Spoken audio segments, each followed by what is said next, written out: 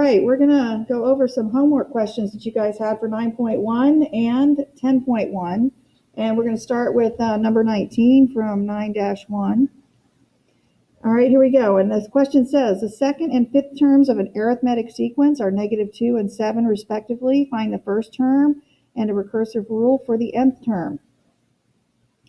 All right, so first of all, I noticed that it says arithmetic sequence. So I know that a sub n has to equal a sub 1 plus n minus 1 times d for arithmetic sequences. And they're giving me two terms. They're saying that a sub 2, which is the second term, is -2, and a sub 5 is equal to 7. And so in disguise, they're giving me two n values. So I'm going to write that out. N equals 2. And so let's write the equation for that. I know that a sub 2 is -2 equals a sub 1, which I don't know, plus n is 2, so I need to fix that, sorry. Put -2 on the brain right there. Okay, so that's 2 minus 1 times d. If I simplify that expression, I get -2 equals a sub 1 plus d. So I have one equation, and I can set up another equation and solve a system because I know a sub 5. So I'm going to let n equal 5, and a sub 5 equals 7, so we get a sub 1 plus 5 minus 1 times d, and we get 7 equals a sub 1 plus 4 times d. And now I have two equations and two unknowns, and I'm going to solve a system. So we go -2 equals a sub 1 plus d, 7 equals a sub 1 plus 4d, and I'm going to multiply the first equation by -1 so that I can get one of my variables to cancel, and that equals 2. Negative a sub 1 minus d, and then I'm going to rewrite the second equation for the ease of addition here, and then we're going to sum those up. And 2 plus 7 is 9. The a sub 1's cancel, and then I get -d plus 4d, which is 3d, so d equals 3. To solve for a sub 1 now, I'm going to use one of my other equations here. I'm going to use a simple one. So I'm going to say -2 equals a sub 1 plus d, which is 3. So a sub 1 then equals, I have a space here, a sub 1 equals -5, which answers the first part of my question, which was the first term. So I have a sub 1 is -5. And then the second part of the question asks for a recursive formula. Well, as we discussed in class, this one is the explicit rule, but I need a recursive rule. That means I have to base my rule on the term that went before it. So a sub n in this case is going to equal the term that was before a sub n, which is a sub n minus 1, minus 5, because what am I doing to every term? I'm sorry, not minus 5, but 3. I'm going to add 3 because d is 3. My common difference is 3. So for every term, the next term is going to be 3 plus that term to get the very next term in the sequence. So this is the recursive formula.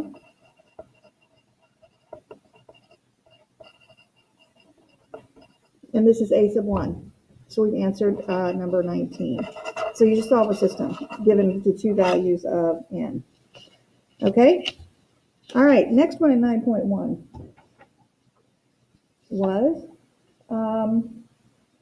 determine the convergence or the divergence of the sequence given the nth term. Well, the nth term we were given here is alternating. How do I know it's alternating?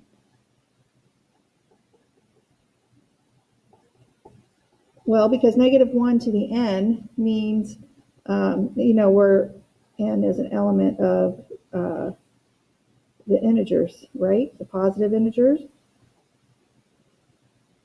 That means this is alternating. That means when n is 1, this is a negative number. When n is 2, this is a positive number. And if I find the limit as n goes to infinity of the regular n minus 1 over n plus 3, well, we all know because the degree of the numerator and the degree of the denominator are both 1, that this turns out to be 1. But what happens when I find the limit as x approaches infinity, and I have the negative 1 to the n minus 1 over n plus 3 in front of it. Negative 1 to the n. This is the alternating piece. So what happens is the limit is no longer 1, but it's hopping between plus and minus 1. So it's oscillating, and so this limit does not exist. Therefore, we can make the conclusion that this diverges because it's oscillating between negative 1 and 1.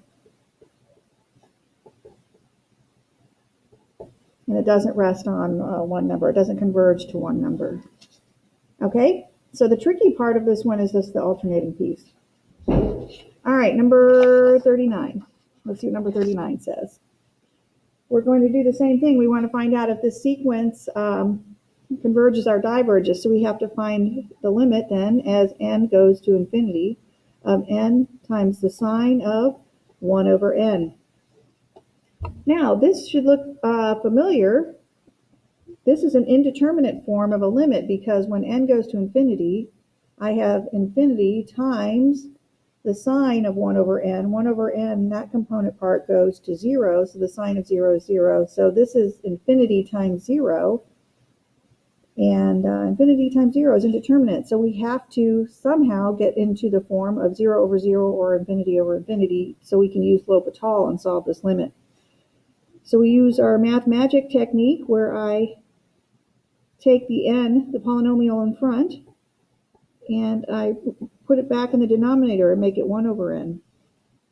And now let's see if this works. Have we created a ratio such that we can use L'Hopital? Well, the limit as n goes to infinity of sine of 1 over n, that's a 0. And the denominator is 1 over n, and as n goes to infinity, that is 0. And so there it is. There's the form we can use L'Hopital in. And now we're going to use L'Hopital and take the limit of the ratio of their derivatives, or their rates of change. So what's the derivative of sine of 1 over n? Well, that's just the cosine, using the chain rule, of 1 over n times the derivative of 1 over n, which is negative 1 over n squared, divided by the derivative of 1 over n again in the denominator, which is negative 1 over n squared. And really nicely here, the two factors in the numerator and the denominator cancel, and I'm left with the limit as n goes to infinity of the cosine of 1 over n. And now when n goes to infinity, 1 over n goes to 0, and the cosine of 0 is 1. So we can make a conclusion about this sequence. We can say, therefore, since we got a number or a limit, a sub n equals n times the sine of 1 over n converges to 1. So yeah, we have to use our friend L'Hopital on this one. And hopefully that makes sense. All right, moving right along. Now we're going to, it looks like 10-1. And this is question number 2, number 2b.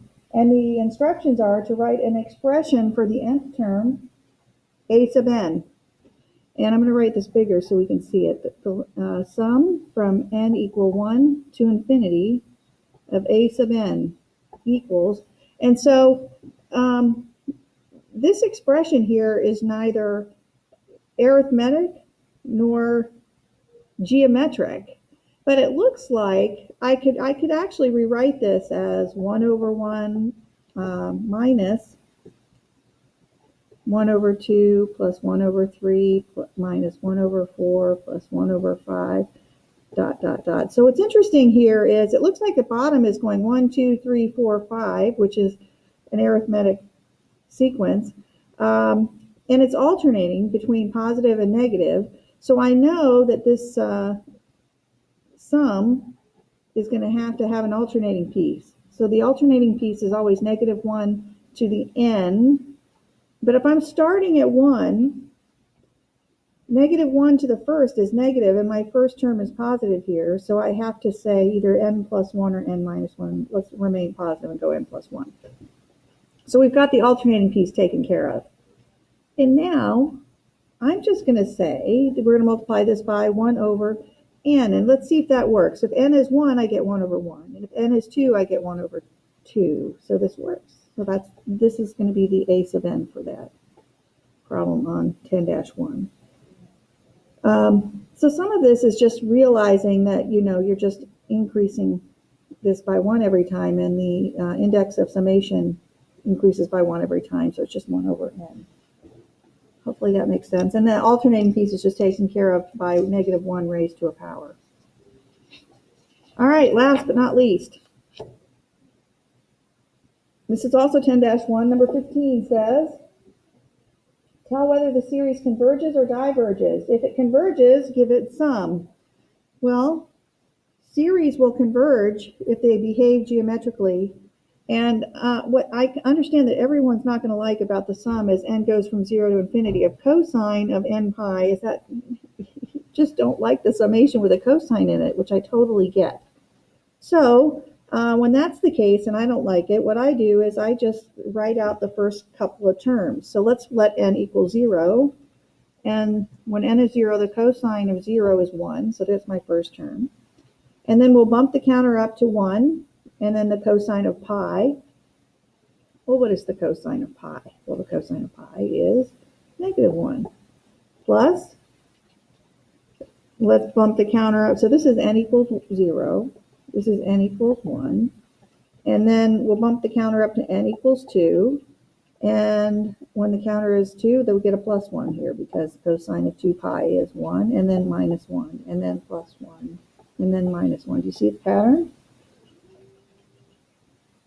So what's happening here? Well, I'm alternating again.